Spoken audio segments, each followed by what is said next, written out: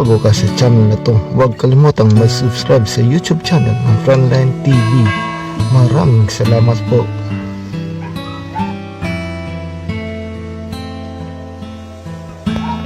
Nang makauwi si Kiko sa kanyang bayan ay agad nitong pinuntahan ang kanyang pamilya.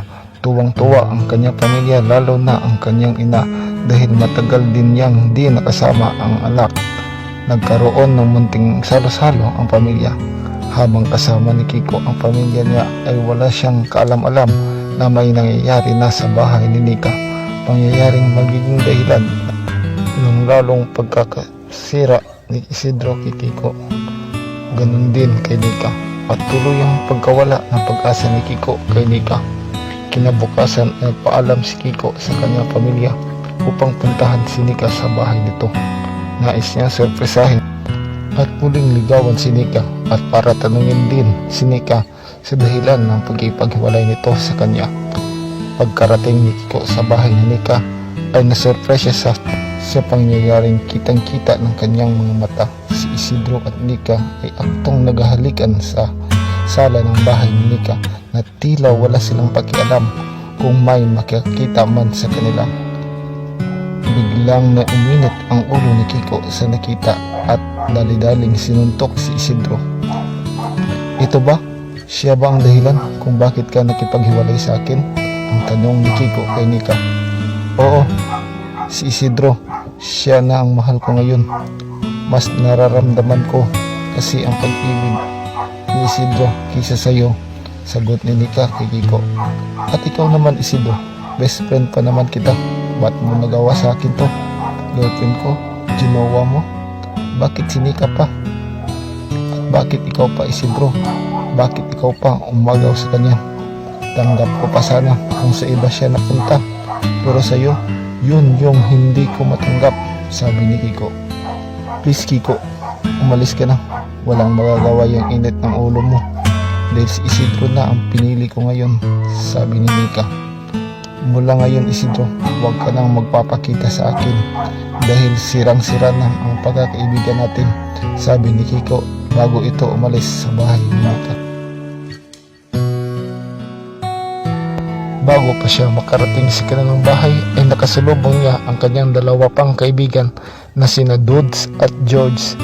Inaya niya itong makipag-inuman sa kanya. Pumunta sila sa isang bar malapit sa kanila at umorder ng maiinom na alak. Kicks, sobra na ata na inom mo. Lasing na lasing ka na, sabi ni Dudes kay Kiko. Hayaan niyo na ako. Heartbroken kasi itong kaibigan niyo.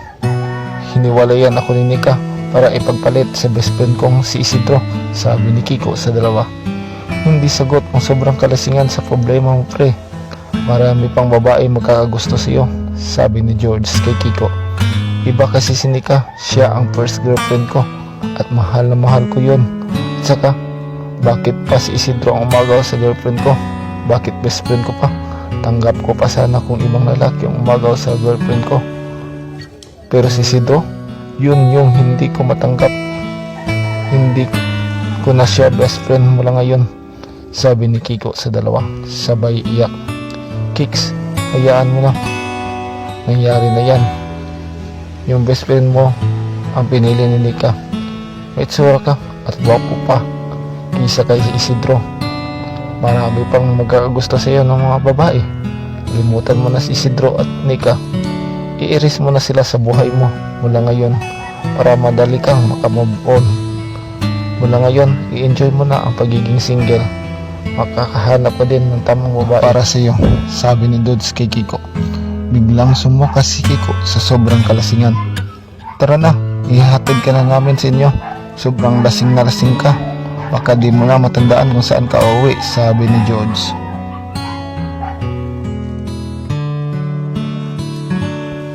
Makalipas ang ilang araw ay nakahanap din ng trabaho si Kiko sa kanilang bayan. Itinoon na lang ni Kiko sa trabaho ang sarili para makalimot sa sakit na ginawa sa kanya ng kanyang girlfriend na si Nika, lalo na ang sakit na ginawa sa kanya ng kanyang best friend na si Isidro.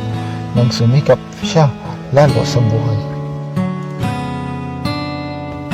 Lumipas pa ang ilang mga taon, nalaman na lang ni Kiko na may anak na sina Isidro at Nika. Nang makasalubong niya muli sa daan sina Dudes at George ay tinanong siya nito, "Kicks, binyag ng anak ni na Isidro at Nika bukas, pupunta ka ba?" Tanong ni Dudes.